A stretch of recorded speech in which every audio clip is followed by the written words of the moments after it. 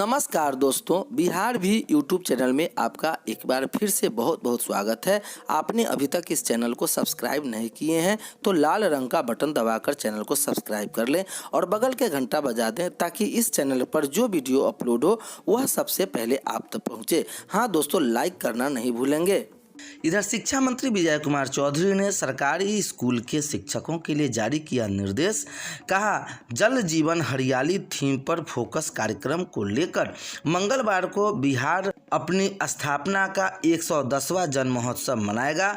22 मार्च 1912 को बिहार, उड़ीसा व झारखंड समेत अस्तित्व में आया था।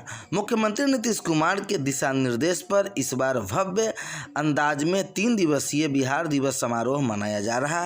कोरोना संकट के चलते 2 साल बिहार दिवस समारोह बाधित रहा, जबकि 2019 में लोकसभा चुनाव की घोषणा के चलते यह आयोजन बड़े पैमाने पर नहीं हुआ। शिक्षा एवं संसदीय कार्य मंत्री विजय कुमार चौधरी ने इसकी जानकारी दी। उन्होंने रविवार को मुख्य आयोजन स्थल गांधी मैदान स्थित प्रशासनिक भवन में पत्रकारों से बताया कि प्रदेश में नहीं बल्कि पूरे दुनिया में बिहार दिवस बिहार रिपन की पहचान बन चुका है। जल जीवन हरियाली थीम पर फोकस कार्यक्रम विजय कुमार चौधरी ने बताया कि बिहार सरकार के महत्वपूर्ण अभियान जल जीवन हरियाली थीम पर आधारित है। बिहार दिवस समारोह बिहार के ऐतिहासिक गौरव का ध्यान में रखते हुए 3 दिवसीय समारोह को शैक्षणिक, सांस्कृतिक एवं सामाजिक भव्य स्वरूप दिया जा रहा है। मुख्यमंत्री नीतीश कुमार मंगलवार को शाम 5:30 बजे गांधी मैदान में इस समारोह का उद्घाटन करेंगे। 24 मार्च को राज्यपाल फागू चौहान द्वारा समारोह का समापन किया जाएगा।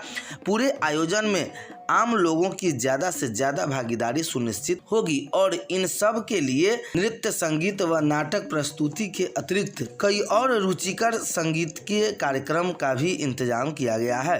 पहली बार गांधी मैदान में 500 ड्रोन का एक साथ प्रदर्शन होगा, जबकि लेजर शो से बिहार की विरासत को बारे में जानकारी दी जाएगी। वही नेशनल बुक टेस्ट की ओर से पुस्तक मेला और पर्यटन विभाग द्वारा बिहारी व्यंजन मेला का आयोजन होगा।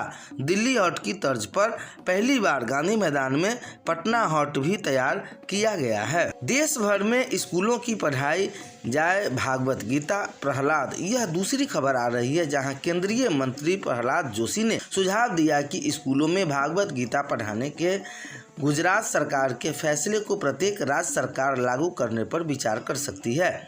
जोशी ने कहा, भगवत गीता हमें नैतिक और आचरण की सीख देती है। यह हमें समाज की भलाई के प्रति जिम्मेदारी भी बताती है। इससे ऐसे कई नैतिक कहानियां हैं जो हमारे छात्रों को प्रेरित कर सकती है।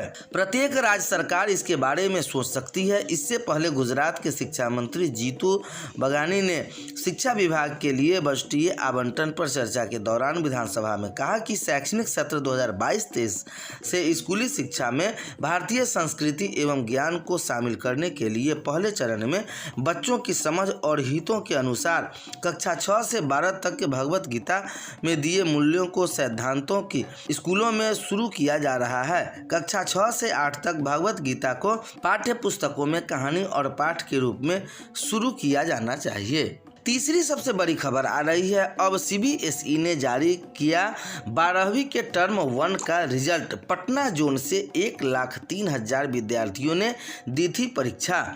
Central board of secondary education CBSE ने 12वीं के टर्म 1 का रिजल्ट जारी कर दिया। बोर्ड द्वारा सीबीएसई का रिजल्ट सीधे स्कूलों को भेजा गया है। स्कूलों के माध्यम से ही परीक्षार्थी को रिजल्ट मिल सकता है। सीबीएसई ने टर्म 1 की परीक्षा ओएमआर सीट पर ली थी।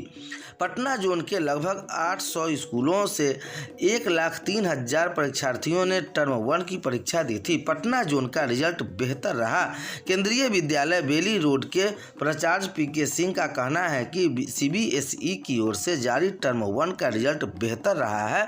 उनके स्कूल में 12वीं की परीक्षा में कुल 388 परीक्षार्थी शामिल हुए थे। वही पाटलिपुत्र सहोदय के पूर्व कोषाध्यक्ष एके नाग का कहना है कि यह रिजल्ट सैद्धांतिक विषयों का है, इसमें प्रायोगिक परीक्षा का रिजल्ट शामिल नहीं है।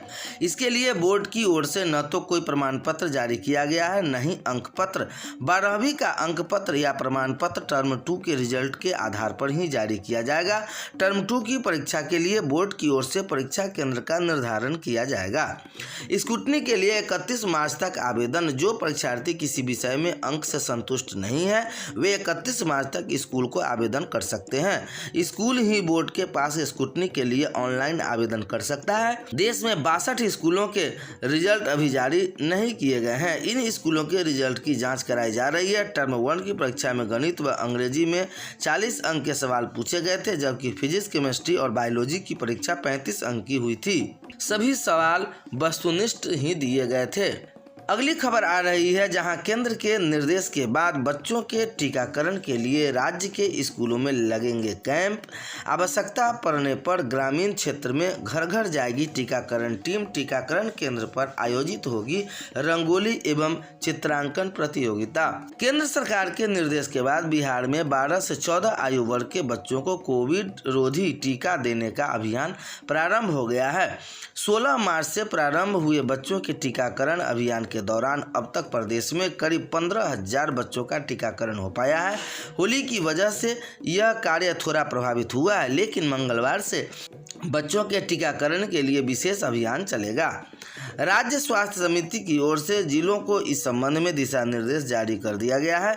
समिति के कार्यपालक निर्देशक संजय कुमार की ओर से जिलों को भेजे गए पत्र में कहा गया है कि राज्य में जिन बच्चों का जन्म 15 मार्च 2010 तक व इसके पूर्व हुआ हो उसे टीकाकरण दायरे में आएंगे। ऐसे बच्चों के लिए केंद्रों पर कोवैक्सीन की पर्याप्त डोज रखें और कोशिश करें कि टीकाकरण से 12 से 14 आयु का कोई बच्चा वंचित न होने पाए। स्कूलों में विशेष कैंप लगाकर संबंधित आयु वर्ग के बच्चों का टीकाकरण करें। इसके पूर्व शिक्षक अभिभावक की बैठक भी आयोजित करें और अभिभावकों को बच्चों के टीकाकरण के लिए प्रेरित करें। इसके साथ ही प्रखंड स्तर पर बच्चों के टीकाकरण के लिए अभियान प्रारंभ करने की माइक्रो प्लानिंग का टीकाकरण की व्यवस्था करें। सिविल सर्जनों से कहा गया है कि 12 से 14 आयु वर्ग के बच्चों के क्रमबद्ध तरीके से टीकाकरण के लिए केंद्रों पर पर्याप्त संख्या में मानव बल तैनात करें। साथ ही यह भी कहा गया कि टीकाकरण के दिन कोविड विषय पर बच्चों के बीच चित्रांकन, रंगोली जैसे गतिविधि भी आयोजित कर सकते हैं।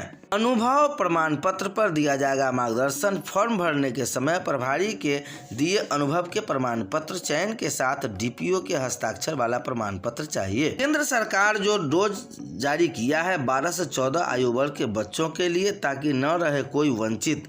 राज्य स्वास्थ्य समिति की ओर से जिलों के इस संबंध में दिशा निर्देश जारी कर दिए गए हैं। समिति के कार्यपालक निर्देशक संजय कुमार की ओर से भेजे गए पत्र में कहा गया कि राज्य में जिन बच्चों का जन्म 15 मार्च 2010 तक या इसके पूर्व हुआ वे टीकाकरण के दायरे में आएंगे। ऐसे बच्चों के लिए केंद्रों पर कोवैक्सीन की पर्याप्त डोज रखें और कोशिश करें कि टीकाकरण में 12 से 14 आयु के कोई भी बच्चा वंचित न रह पाए। स्कूलों में विशेष कैंप लगाकर संबंधित आयु वर्ग के बच्चों को टीकाकरण करें। इसके साथ ही प्रखंड स्तर पर बच्चों के टीकाकरण के लिए अभियान प्रारंभ करने की माइक्रो प्लानिंग